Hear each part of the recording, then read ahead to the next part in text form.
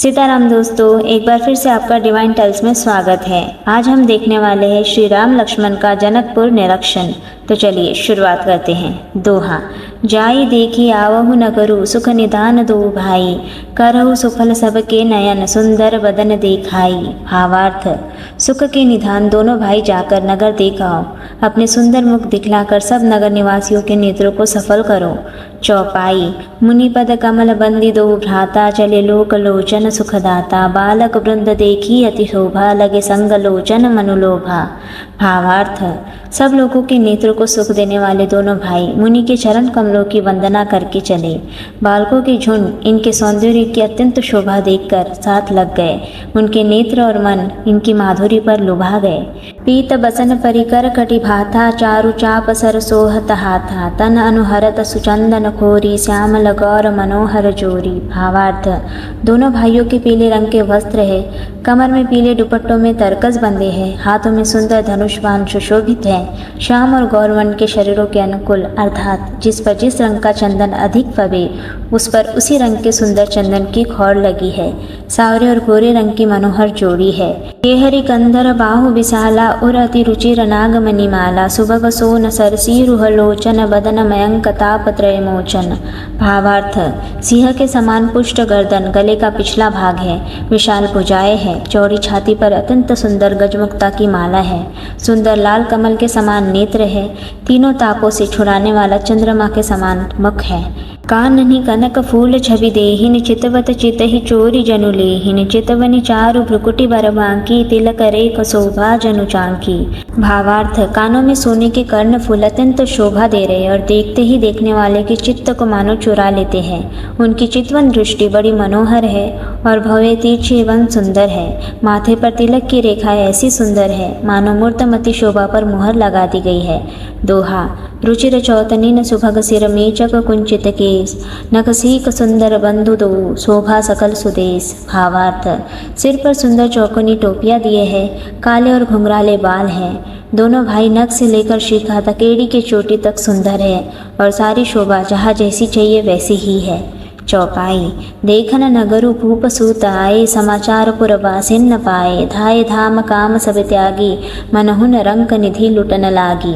भावार्थ। जब पूर्ववासियों ने यह समाचार पाया कि दोनों राजकुमार नगर देखने के लिए आए हैं, तब वे सब घर बार और सब कामकाज छोड़कर ऐसे दौड़े मानो दरिद्री धन का खजाना लूटने दौड़े हो। निरखी सहज सुंदर दो भाई, होहिन सुखी लोचन फल पाई, जुबतीन भवन झरोखन्नि लागिन, निरखइन राम रूप अनुरागिन। भावार्थ।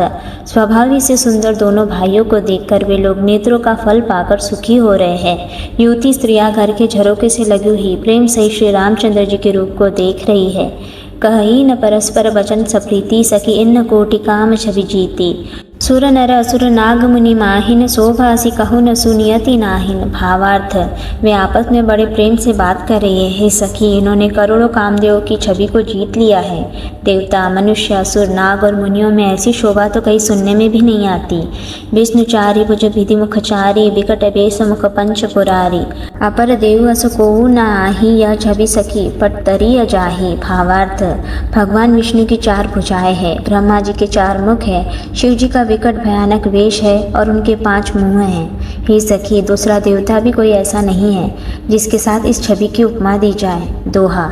भय किशोर सुषमा सदन, श्याम गौर सुखधाम, अंग अंग परवारी अहिन, कोटि कोटि सतकाम। भावार्थ। इनकी किशोर अवस्था है, ये सुंदरता के घर, सांवले और गोरे रंग के तथा सुख के धाम हैं। इनके अंग अंग पर करोड़ों अरबों कामदेव को निछावर कर देना चाहिए। चौपाई। कहु सखी असको तनुधारी, जो न मोह यह रूप निहारी, को सप्रेम बोली मृदुबानी, जो मैं न सुना सो सुनहु सयानी।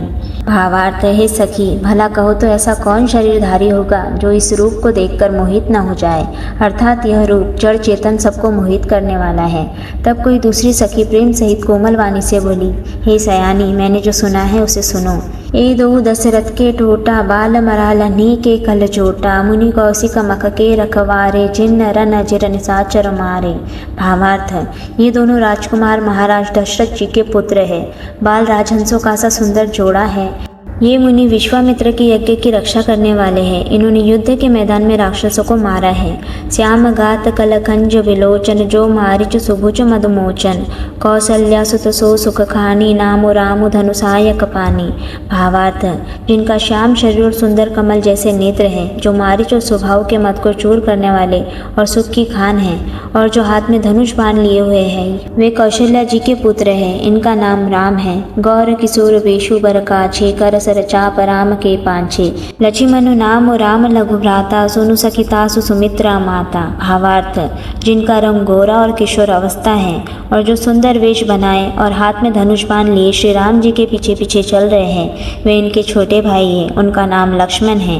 हे सखी सुनो, उनकी माता सुमित्रा है। दोहा, विप्र काजु करी बंधु दो मग मुनि बधु उधारी आए देखन चापमक सुनि हर्षिन सब नारी। भावार्थ, दोनों भाई ब्राह्मण विश्वामित्र का काम करके और रास्ते में मुनि गौतम की स्त्री अहिल्या का उद्धार करके यहाँ धनुष यज्ञ देखने आए हैं। यह सुनकर सब स्त्रियां प्रसन्न हुई। चौपाई, देखी राम छवि को एक कही जोग जानकी ही यह बरु अहई जौन सखी नहीं देख नर नाहु पन परिहरि हटि करई विबाहु। भावार्थ, श्री रामचंद्र जी की छवि देखकर कोई एक दूसरी सखी कहने लगी, यह वर जानकी के योग्य है। हे सखी, यदि कहीं राजा इन्हें देख ले तो प्रतिज्ञा छोड़कर हठ पूर्वक इन्हीं से विवाह कर देगा। को कह ए भूपति पहचाने मुनि समेत सादर सनमाने सखी परंतु पनुराउ न तजई विधि बस हटी अभिवेक ही भजई। भावार्थ, किसी ने कहा राजा ने इन्हें पहचान लिया है और मुनि के सहित इनका आदरपूर्वक सम्मान किया है, परंतु हे सखी, राजा अपना प्रण नहीं छोड़ता। वह होनहार के वशोभित होकर हठपूर्वक अविवेक का ही आश्रय लिए हुए है। प्रण पर अड़े रहने की मूर्खता नहीं छोड़ता। को कह जो न भल अहि विधाता सब कहन सुनिय उचित फलदाता तो जानकी ही मिले ही बरु एहू नाहिन आली हान संदेहु। भावार्थ, कोई कहती है यदि विधाता भले है और सुना जाता है कि वे सबको उचित फल देते हैं तो जानकी जी को यही वर मिलेगा। हे सखी, इसमें संदेह नहीं है। जौन विधि बस अस बने संजोगु तो कृत कृत्य हो सब लोगु सखी हमरे न आरती अति ताते कब होंक ए आवहिन एहि नाते। भावार्थ, जो दैव योग से ऐसा संयोग बन जाए तो हम सब लोग कृतार्थ हो जाए। हे सखी, मेरे तो इसी से इतनी अधिक आतुरता हो रही है कि इसी नाते कभी ये यहाँ आवेंगे। दोहा, नाहिन त हम कहून सुनहु सखी इन न कर दर्शनु दूरी यह संकट तब होई जब पुण्य पुराकृत भूरी। भावार्थ, नहीं तो विवाह न हुआ तो हे सखी सुनो, हमको इनके दुर्लभ दर्शन हुए हैं। यह संयोग तभी हो सकता है जब हमारे पूर्वजनों के बहुत पुण्य हो।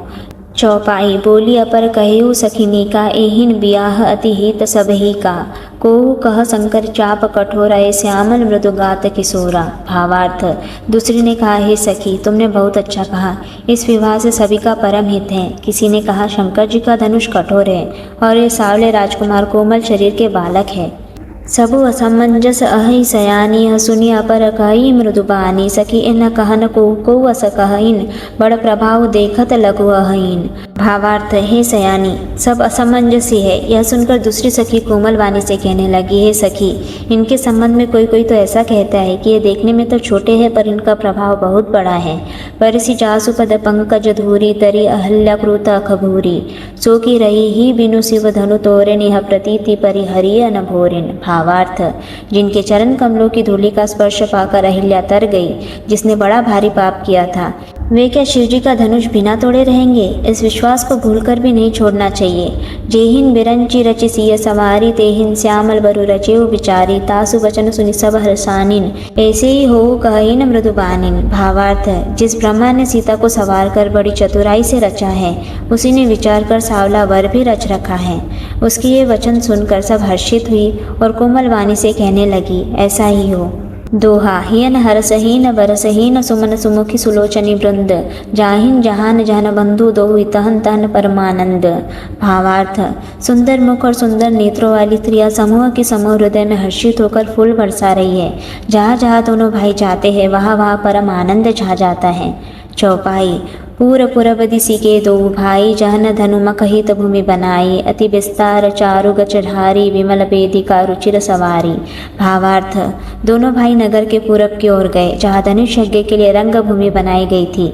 बहुत लंबा चौड़ा सुंदर ढाला हुआ पक्का आंगन था जिस पर सुंदर और निर्मल वेदी सजाई गई थी। चहुन दिशि कंचन मंच विशाला, रचे जहाँ न बैठे ही न महिपाला, ते ही पाछे न समीप चहुन पासा, अपर मंच मंडली बिलासा। भावार्थ, चारों ओर सोने के बड़े बड़े मंच बने थे जिन पर राजा लोग बैठेंगे।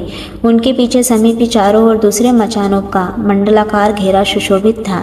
कछु कउंची सब भांति सुहाई, बैठही न नगर लोक जह न जाई, तिन्न के निकट विशाल सुहाय, धवल धाम बहुबरन बनाए। भावार्थ, वह कुछ ऊंचा था और सब प्रकार के सुंदर था। जहाँ जाकर नगर के लोग बैठेंगे उन्हीं के पास विशाल एवं सुंदर सफेद मकान अनेक रंगों में बनाए गए हैं। जहाँ न बैठे देखही न सब नारी, जथा जोगिन चकुल अनुहारी, पुरबालक कही कही मृदु बचना, सादर प्रभु ही देखा वही न रचना। भावार्थ, जहाँ आप अपने कुल के अनुसार सब स्त्रियाँ यथा योग्य जिसको जहाँ बैठना उचित है बैठकर देखेगी। नगर के बालक कोमल वचन कह कहकर आदर पूर्वक प्रभु श्री रामचंद्र जी को यज्ञशाला की रचना दिखला रहे हैं। दोहा, सब शिशु एहि में सप्रेम बस परसी, मनोहर गात, तन पुल कही न ते हर्षु, हियन देखी देखी दो भ्रात। भावार्थ, सब बालक इसी बहाने प्रेम के वश में होकर श्री राम जी के मनोहर अंगों को छूकर शरीर से पुलकित हो रहे हैं और दोनों भाइयों को देख देख कर उनके हृदय में अत्यंत हर्ष हो रहा है। चौपाई, शिशु सब राम प्रेम बस जाने, प्रीति समेत निकेत बखाने, निज निज रुचि सब लेहिन बोलाई, सहित स्नेह जाइन दो भाई। भावार्थ, श्री रामचंद्र जी ने सब बालकों को प्रेम के वश जानकर यज्ञ भूमि के स्थानों की प्रेम पूर्वक प्रशंसा की। इससे बालकों का उत्साह, आनंद और प्रेम और भी बढ़ गया, जिससे वे सब अपनी रुचि के अनुसार उन्हें बुला लेते हैं और प्रत्येक के बुलाने पर दोनों भाई प्रेम सहित उनके पास चले जाते हैं। राम देखा वही अनुजयी रचना, कहीं मृदु मधुर मनोहर वचना, लव निमेश महुन मुहन निकाया, रचय जासु अनुशासन माया। भावार्थ, कोमल मधुर और मनोहर वचन कहकर श्री राम जी अपने छोटे भाई लक्ष्मण को यज्ञ भूमि की रचना दिखलाते हैं, जिनकी आज्ञा पाकर माया लव निमेश पलक गिरने के चौथाई समय में ब्रह्मांडों के समूह रच डालती हैं। भगति हेतु सोई दीन दयाला, चितवत चकित धनुष मखसाला, कौतुक दे कि चले गुरु पाहिन, जाने विलंबु त्रास मन माहिन। भावार्थ, वही दिनों पर दया करने वाले श्री राम जी भक्ति के कारण धनुष यज्ञशाला को चकित होकर आश्चर्य के साथ देख रहे हैं। इस प्रकार सब कौतुक विचित्र रचना देखकर वे गुरु के पास चले। देर हुई जानकर उनके मन में डर है।